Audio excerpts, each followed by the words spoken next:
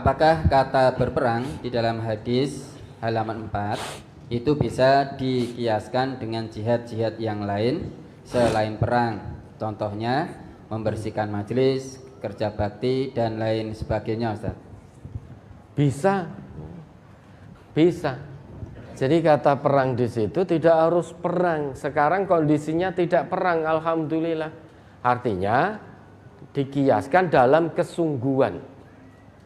Dalam kesungguhan kita bermujahadah, bersungguh-sungguh fisabilillah.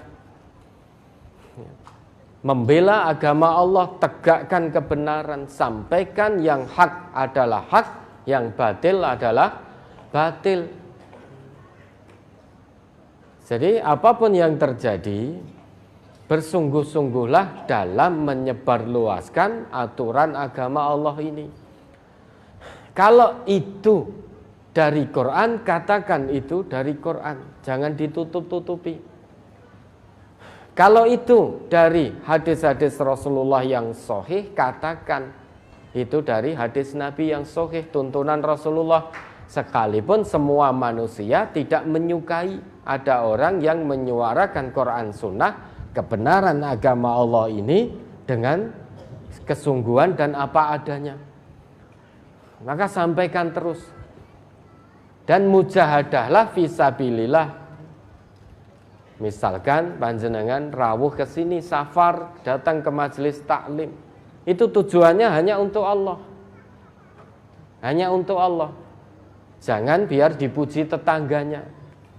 Oh, fulan sregep ngaji. Fulan sregep datang ke MTA untuk ngaji setiap Ahad. Ora pengen piknik. Pikniknya ke majelis ilmu. Nah, itu berarti jenengan rawuh ke sini sudah lelah, nggak dapat apa-apa. Wis nek ngono tak rasah teko weh. Apa begitu? Bukan begitu pola pikirnya. Kalau sekarang masih ada niatan agar dipuji, maka dirubah niatnya. Dirubah. Berperang di sini tidak harus berperang. Tetapi kalau nanti seandainya naudzubillah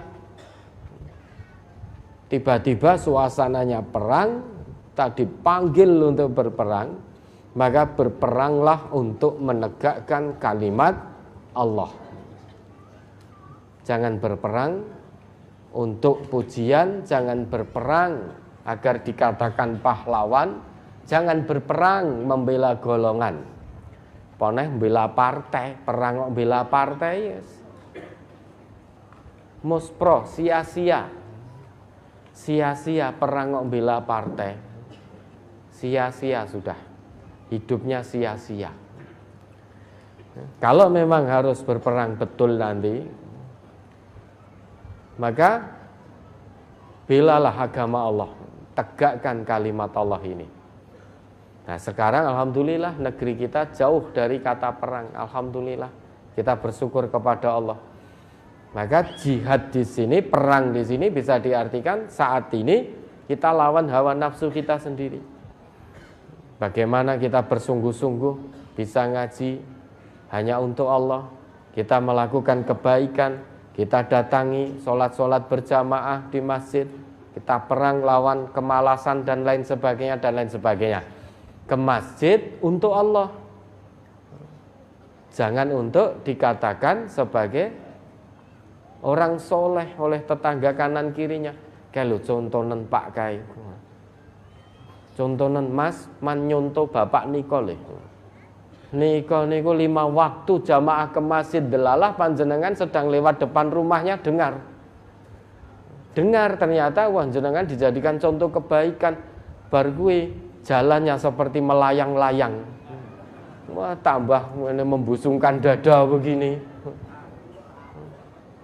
Menjadi jumawa. Nah, berarti sudah salah niat kalau seperti itu. Ya bisa ini kiaskan ke dalam mujahadah fisabilillah. Oke, ada lagi. Mohon pencerahannya terkait pegadian. Karena dalam praktek pegadian juga ada tambahan dalam pengembalian. Dan mohon penjelasan tentang praktek pegadian yang berprinsip syariah, Ustaz. Kalau pegadaian selama itu sudah diikat dengan prinsip syariah, ya, insya Allah sudah tidak riba. Maka panjenengan ketika harus bersinggungan dengan pegadaian, pilihlah pegadaian yang syariah. Kemudian sebelum melakukan transaksi, tanyakan secara mendetail akadnya bagaimana, akad di pegadaian syariah seperti apa, tanyakan secara detail. Nanti akan dapat penjelasan.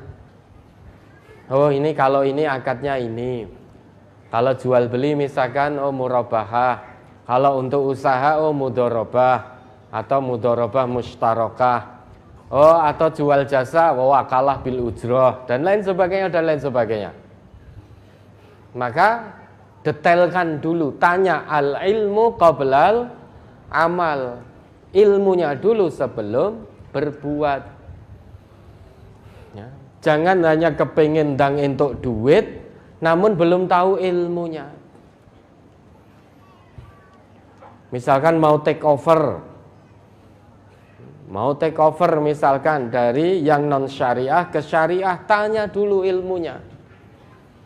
Ijarah muntahiyah bitamlik, misalkan IMBT, nyewa dengan kepemilikan di akhir, itu bagaimana konsep syariahnya. Ijarah muntahiyah bitamlik, konsep IMBT itu bagaimana? Apakah betul-betul sudah sesuai prinsip syariah atau belum? Kan gitu, tanya secara detail. Maka pilihlah yang syariah. Kalau pegadaian yang non syariah, jauhi. Warga MTA menjauh dari yang non syariah. Menjauh, dekat-dekat saja nggak boleh gitu loh. Mendekat saja nggak boleh, apalagi sampai terlibat transaksi di dalamnya.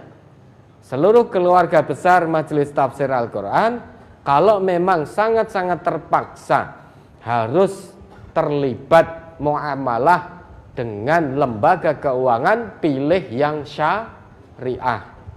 Sudah, ini jangan ditawar-tawar lagi. Pilih yang syariah.